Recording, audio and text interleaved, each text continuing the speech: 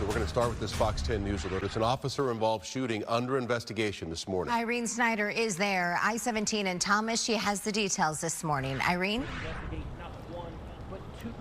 Well, hey guys, we're here on the west side of the I-17. It all started on the east side, and that's where the incident initially happened. You can see this is a neighborhood where it ended. Started shortly before 3 o'clock this morning when police said they saw a man who was on a bike right by the I-17 there. They said they didn't see him at first. They almost ran into him, then stopped, and he was acting strange, according to police that we just spoke with.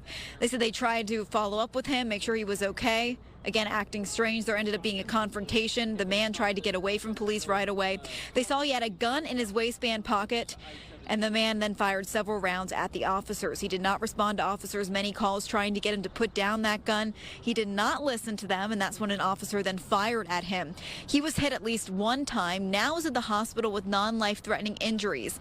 Again, it started there on the east side of the I-17. That's by Thomas Road, and it ended here on the west side where we are now near Earl and 25th. This is a neighborhood here, so we did ask police if there were any neighbors who were in danger, if any of the stray bullets from the suspect may have hit any homes.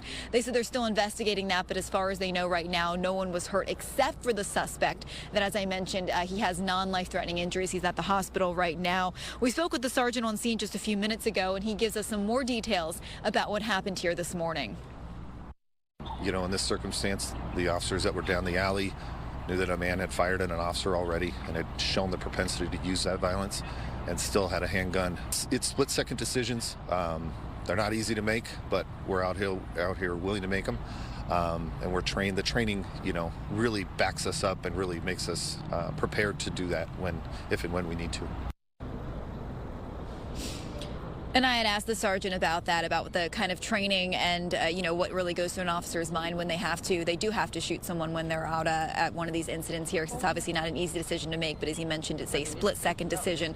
And as I mentioned, the suspect was the only one that they know of right now that has been injured from this incident. He is in the hospital with non-life-threatening injuries. This area of the neighborhood here where we are right now near Earl, there are several people who live in this area. They were trying to get out of their homes just because, you know, getting up, getting ready for work. This area, police said, is going to be closed down for some time. It could be a few hours, but they are letting the neighbors out as they need to get out of here this morning. So I even talked to some neighbors out here. They didn't want to talk to us on camera, but they said they heard the helicopter, they heard the sirens going this morning. None of them mentioned hearing any gunshots, but definitely something that's been rattling the neighborhood, just knowing something like this happened right where you live. I'll send it back to you this morning. Yeah, I can imagine that's not a pleasant wake-up call to get in that neighborhood. All right, Irene, thank you for the update. Thank you, Irene.